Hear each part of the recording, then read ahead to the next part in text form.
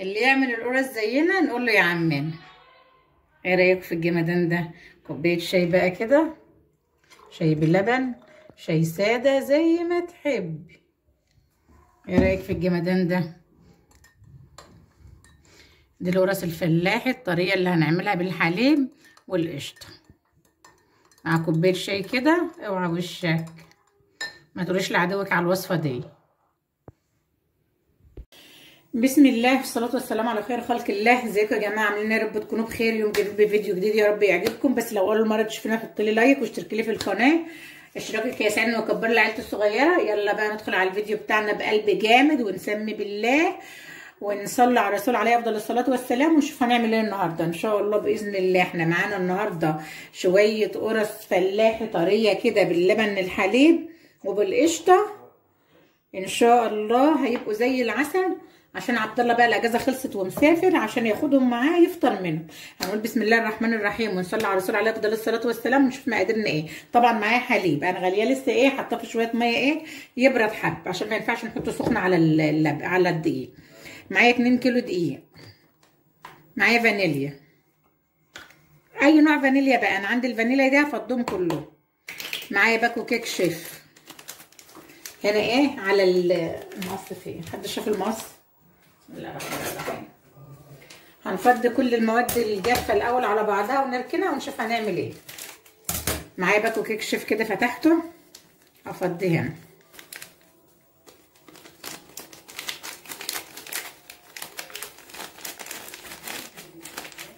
يبقى 2 كيلو دقيق، باكو كيك شيف، باكو خميره، فانيليا على بعض هنا، وطبعا رشه ملح عشان نعزز ايه طعم عايزين نفضي الخميره كلها، جو ساقعه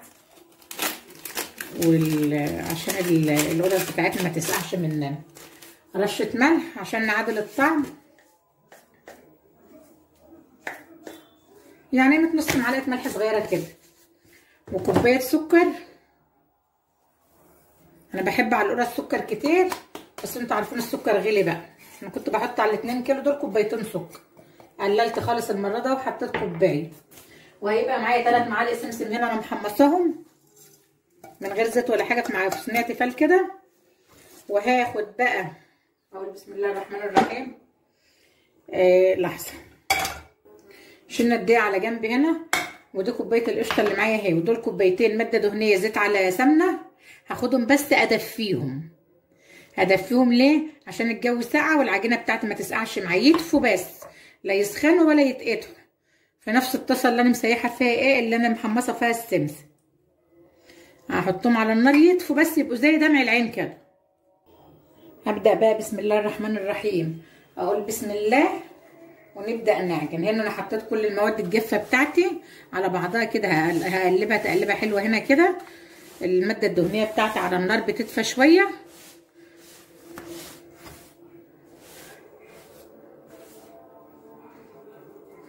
كوبايه القشطه اللي معايا او علبه من عند اللبان او كوبايه قشطه كده، او القشطه من وش اللبن. انا بالنسبه لي دي قشطه من وش اللبن.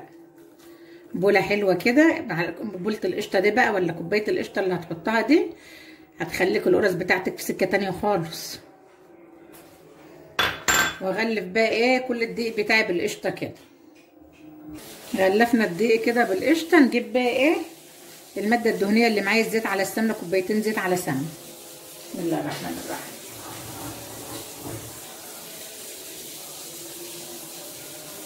وانزل بهم كده كلهم بسم الله الرحمن الرحيم مره واحده.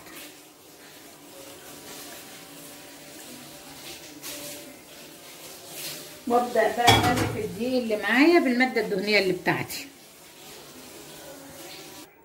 غلفت كل الدقيق اللي معايا بالماده الدهنيه اللي معايا تغليفه حلوه كده.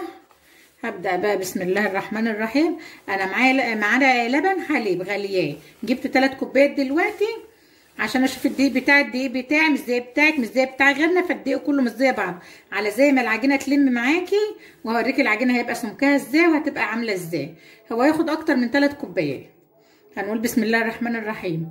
ننزل باول كوبايه، وننزل بتاني كوبايه، كله مره واحده كده.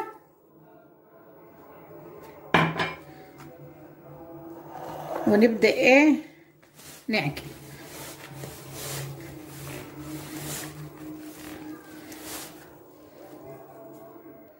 هنزل بالكوبايه الثالثه اللي معايا. بسم الله الرحمن الرحيم.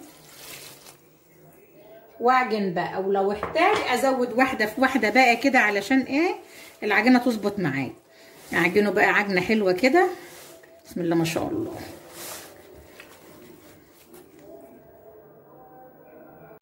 العجينه بتاعتي اهي بعجن فيها، بس هتحتاج لبن كمان. جبت كوبايه لبن هنا اهو، عشان ايه نبدا بقى ننزل بقى بالتدريج كده. عديه اللي في البوله ده كده. بسم الله الرحمن الرحيم. انزل بكوبايه اللبن الرابعه بالتدريج واحده واحده كده، واعجن لحد ما العجينه تلم معايا وتبقى زي الفل، حبه بحبه كده تبقى معايا قشطه ان شاء الله. كده العجينه بتاعتي خلصت عجنت اهي. اخدت 3 كوبايات حليب ونص. انا حطيت 3 كوبايات الاول، بعدين جبت كوبايه فريحه هنا اخدت منها النص.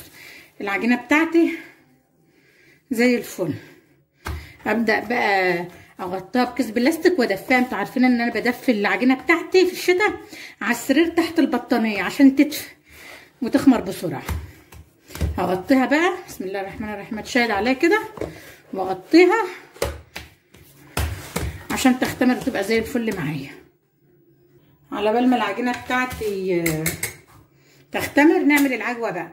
عندي حته عجوه كده لسه اهي، عجوه الجنيده من البتاع ده اللي انا شغاله فيه، المصنع اللي انا شغاله فيه. انا شغاله اليومين دول في محل في مصنع العجوه ده بتاع الجنيد. العجوه دي جميله يا جماعه اهي. هقطعها هنا في نفس الطاسه اللي سخنت فيها الماده الدهنيه واللي حمرت فيها السمسم. هقطع العجوه بتاعتي واجيب لها معلقه سمنه اهي.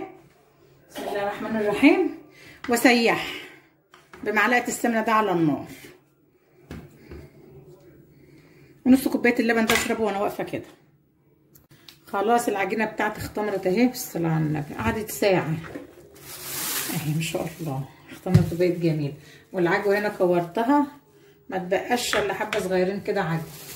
اخلي العجينه الكيس على العجينه هنا علشان العجينه ما تنشفش معايا. هبدا بسم الله الرحمن الرحيم. بسم الله ما شاء الله. الله اكبر. العجينه بتاعتي جميله في ايدي ازاي. هبدا بقى اكورها بقى ايه زي ما انا عايزه. القرصه كبيره بتاعتك والقرصه صغيره بتاعتك، بس المعقوله كده قد البضايه كده او قد الليمونه الناصحه الكبيره كده. واحط هنا على الرخامه فريح. بس اقلب بالراحه انا بصور. اكور كده واحط هنا شويه اريحها 10 دقايق بعد التكوير، وبعد كده اشتغلها على طول.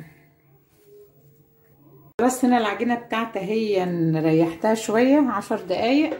هبدا بقى بسم الله الرحمن الرحيم. اللي هحشيها عجوه هفردها كده اهو. بسم الله الرحمن الرحيم. واجيب حته العجوه بتاعتي. العجوه نشفت واحطها فيها كده واقفل عليها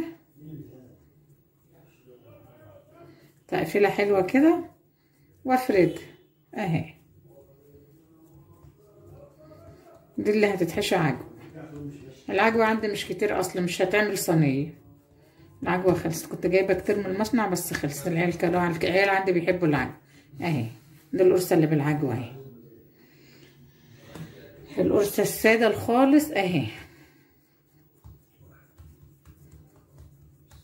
كل ما تريحي العجينه هنا تريحك في الفرد وما تغيبش معاكي في الفرد وما تتعبكيش. شايفه تمشي معاكي شكل الابره في الحلاوه، السكينه في الحلاوه تمشي معاكي ازاي صاروخ. دي الساده اهي ما شاء الله. الصينيه هي اللي هحط فيها. بسم الله الرحمن الرحيم.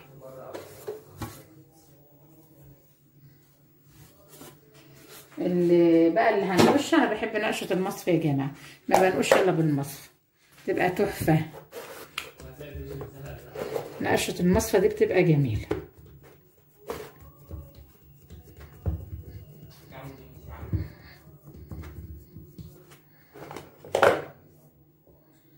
بس دي نقشتها ناعمه. انا هجيب الخشنه اهي.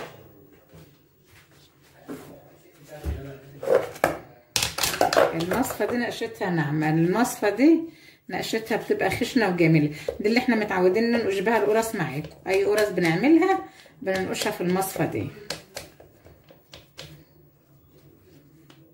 شايفين زهره وحلوه وجميله ازاي دي؟ هننقش بدي. هخلص بقى كل القرص اللي معايا كده، ونسيبها برضو بعد ما نخلصها فرد كده في الصواني، نسيبها ترتاح كمان ساعه في مكان دافي علشان تخمر كده وتبقى خمرانه وحلوه. القرص بتاعتي هي بعد ما بططتها كده فردتها في الصواني وقعدتها ساعه، كمان ساعه لازم تقعد ساعه يا جماعه عشان تختمر معاكم وتبقى حلوه كده، ما تبقاش سقعانه منه. ده القرص اللي بالعجوه اهي، ودي القرص اللي ما نقشناهاش ساده. اللي بالعجوه بقى ايه، هنعمل فيها شرطتين كده بالسكينه زي عشان تبقى زي اللي بتيجي من بره بالظبط يعني. اهي الفرن عندي عالي على اعلى درجه، اعلى درجه حراره في الفرن. احطه يعني طبعا الفرن انا مسخناه ولا على اعلى درجه، تحت بس.